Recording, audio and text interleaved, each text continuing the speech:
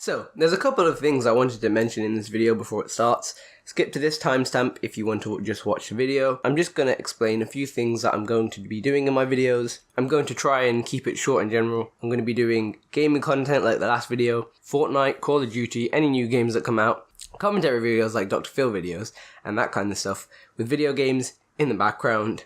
And videos like this where I give my opinion on things and stuff like that. I'll leave my Instagram and Twitter links in the description. Don't know how active I'll be on them, but I'll leave them anyway. And also, I may make a second channel at some point, which I'll just be doing random things on that I think are funny, but you have to laugh. Like, I'll be on my Instagram and Twitter. Let's get into the video. Why is Apple doing so badly? More like, why is Apple selling fewer phones? The main thing that Apple is known for, the pride and joy of the company. In the tech community and in general recently, there's been a lot of talk about Apple and how they've been struggling in terms of sales. The projected sales were below target, and even analysts like Ming-Chi Kuo have decreased the predictions for the sales of iPhones. So as you can see by this graph, the sales of Apple in 2007 were around 1 million. Then in 2008, they jumped up by 10 million, and by the time they reached 2015, they got to 230 million sales. After 2015, they no longer publicly released iPhone sales annually, but it was confirmed that in the previous years they have been diminished in comparison. Not majorly, but either way, if the company isn't growing, this has an effect on the stock market, and so on and so forth, leading to the decline in the value of the company overall, which of course isn't good. Additionally, even though this should be a separate video, they have not been able to break into the Indian market, which is soon to become the largest market. We can see this with T-Series growing so fast because of having such a large audience. Many Indians are coming out of extreme poverty, getting access to smartphones and the internet. However, they don't have the money to be paying the premium for Apple's new phones, and there is still a premium for the old ones, which they aren't willing to pay. Therefore, new corporations such as OnePlus can break into these markets, and Apple loses out. There are, in my opinion, two main reasons for the decline in the growth of Apple, and even a little bit of decline in general. Firstly, the fact that people don't want to upgrade from their old iPhones, and the new ones are too expensive, and secondly, the competitors are selling almost the same, and sometimes even more, for way less. The first reason is that people don't mind owning older iPhones. It is, of course, the same product, an iPhone, but it's much cheaper than the latest models. They're getting the experience for much less. This is the reason for the iPhone growing so much in the first place, because people had awful flip phones and the BlackBerry. Most phones, of which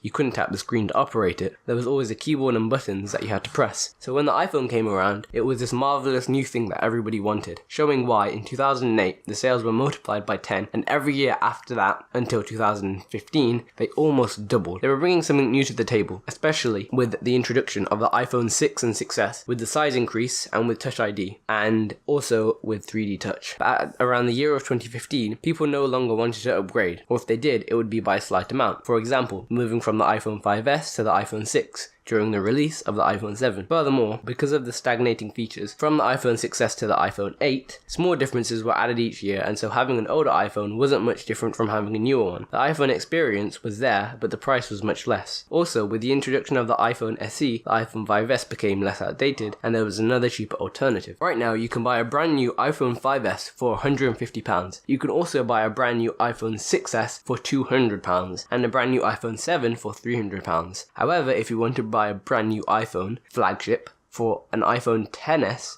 not XS, that's not how it's pronounced, it costs £1,000. £1,000. That is the minimum price too. If you want to go all the way to maximum potential, it comes to a total with AppleCare, without which, if you accidentally drop the glass back, you will be paying a lot to fix it, and with a fast charger, without which it would be humorously long to charge, it will cost you around £1,700 for a phone. Of course, most people won't be paying this price, but realistically, if you were to buy a new phone from this year's lineup, and you were being realistic, you would have to go with the cheap version of the iPhone X, the iPhone XR, for poor people. It will be £749, without AppleCare of course, because you can't afford it, and that is still quite expensive for a phone. So that's my explanation for the first reason why Apple's phones aren't selling as much, since people don't want to upgrade, and the price of the iPhone XR brings me on to my second main reason. In comparison to iPhones, other phones are much cheaper and offer the same thing. They are not the premium iPhone experience that Apple is currently targeting, which is why they don't care, because the audience that they are targeting is more expensive. Now, when you look at the iPhone XR, which was announced in September, and isn't even HD by the way, in comparison to the Samsung Galaxy S9, you see why a lot of people would rather go for that. It is, of course, the flagship,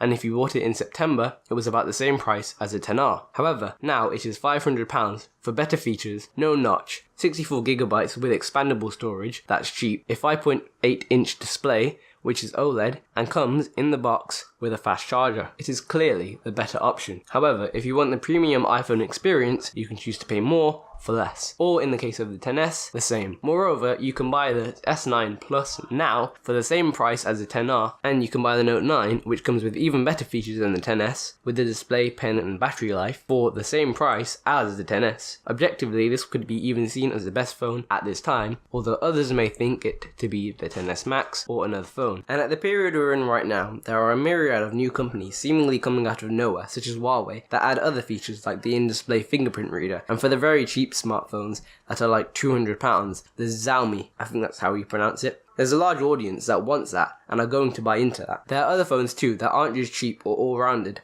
like the Pixel, which dabbles in photography, but only having one camera lens. I am, of course, while talking about all of these phones and comparing their prices too, not biased and have been a fan of Apple for a long time now. But in conclusion, I think that these are the two main reasons why people simply aren't buying as many iPhones, or more people aren't buying into the company. I have always bought iPhones too, but this year I decided to change due to the enormous price point of the iPhone XS, and of course nobody likes second best. I also couldn't justify spending that much money on something that I didn't really need or necessarily want. So I switched to, as you can probably tell, a Samsung, and honestly, while I still prefer the iPhone experience and would probably prefer the XS, I'd rather pay less money and spend that money elsewhere rather than wasting it. My message here was initially to tell you about how Apple wasn't doing so good in the previous few months, but I decided to mix in my own opinion. And if you have the money, or you want to save up for the new flagships, go for it. But personally, I used the money that would have gone to that phone elsewhere and bought other things with it while trying something new. While in the future, I may go back to Apple or just buy an Android and Apple phone. For now, I'm sticking with the Samsung. Anyway, I hope you guys enjoyed the video, if anybody actually cares or is still here at this point, which is like 6 people. But thanks for watching. Like, subscribe, and comment your opinions, and I'll definitely reply to them. I hope you enjoy the gameplay, and I'll see you in the next video.